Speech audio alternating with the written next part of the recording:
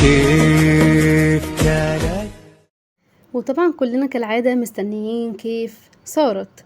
طبعا هنشوف هي كيف صارت وصارت ازاي، وهتبقى طبعا 100 فل وعشرة. بس يلا بينا كده نبدأ الفيديو مع بعض بالصلاة على النبي محمد صلى الله عليه وسلم. ولو انت اول مرة تشوف قناتي متنساش اللايك الحلو اللي زيك، وكمان الاشتراك في القناة علشان كل حاجة بنزلها يا امرايا توصلك اول باول.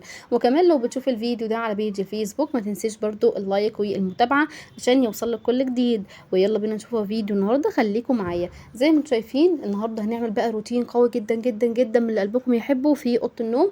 وكانت مقلوبه راسا على عقب كده زي ما انتم شايفين، فالدولاب كله كان في الارض، وغسله غسيل كتير جدا كذا دوره، وكسلت اللي انا اعملها. فطبعا طبقت الهدوم وغيرت الملايه وطلعت مفرش جديد وفرشت السجاده اللي انا كنت غسلاه.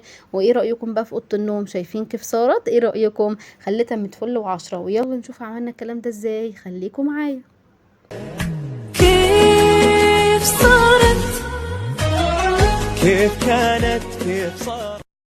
وطبعا شفنا كيف صارت، ما شاء الله بقت يعني أوضة عروسة من تاني بمنتهى السهولة والبساطة. وعلشان نوصل للوضع اللي احنا شايفينه او للشكل النهائي ده والترتيب ده والراحة النفسية، فأول حاجة ما تغلطوش غلطتي وتعملوا زي ما انا عملت. الهدوم يعني الدورة كده تطبق اول باول. اول ما ناخدها كده من البلكونة نقوم مطبقينها وحاطين كل حاجة في اماكنها في الدولاب على طول. حتى انا بعمل كده، بقيت اقسمها اجزاء: هدوم الزوج لوحده، هدومي لوحدها، هدوم الولاد لوحدها، المفروشات اللي هم بقى الملايات، الفوط، الحاجات دي كلها لوحدها. فده بيسهل عليا كتير جدا جدا. حتى الشرابات، الطرح، كل حاجه بنات بتبقى لوحدها. وفي الاخر برتب كده بسهوله زي ما انتم شايفين. خليت البناطيل الجينز تحت لانها كان واخده مكان كبير جدا جدا في الشماعات، وكل حاجه كده بقت ايه لوحدها. والرف المنعكش كده بقى رتبه من اول وجديد تاني، مفيش مشكله علشان يبقى بالمنظر والوضع النهائي اللي انتم شفتوه دلوقتي.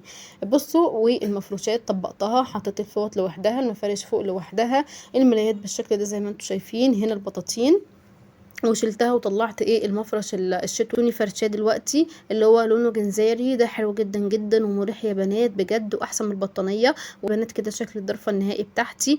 وخليت كده كل حاجه في اماكنها، حتى الشنط شلتها.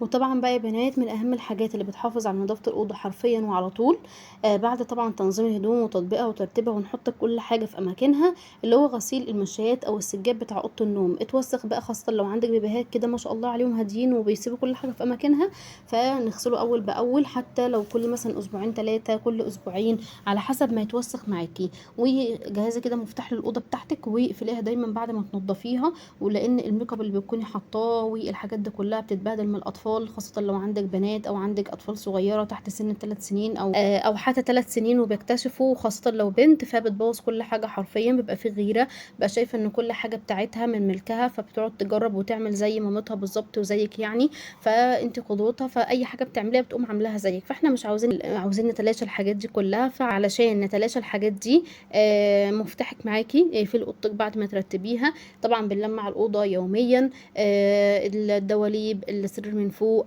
التسريحه، المرايه، كل الحاجات دي بتلم تراب بسرعه يا بنات.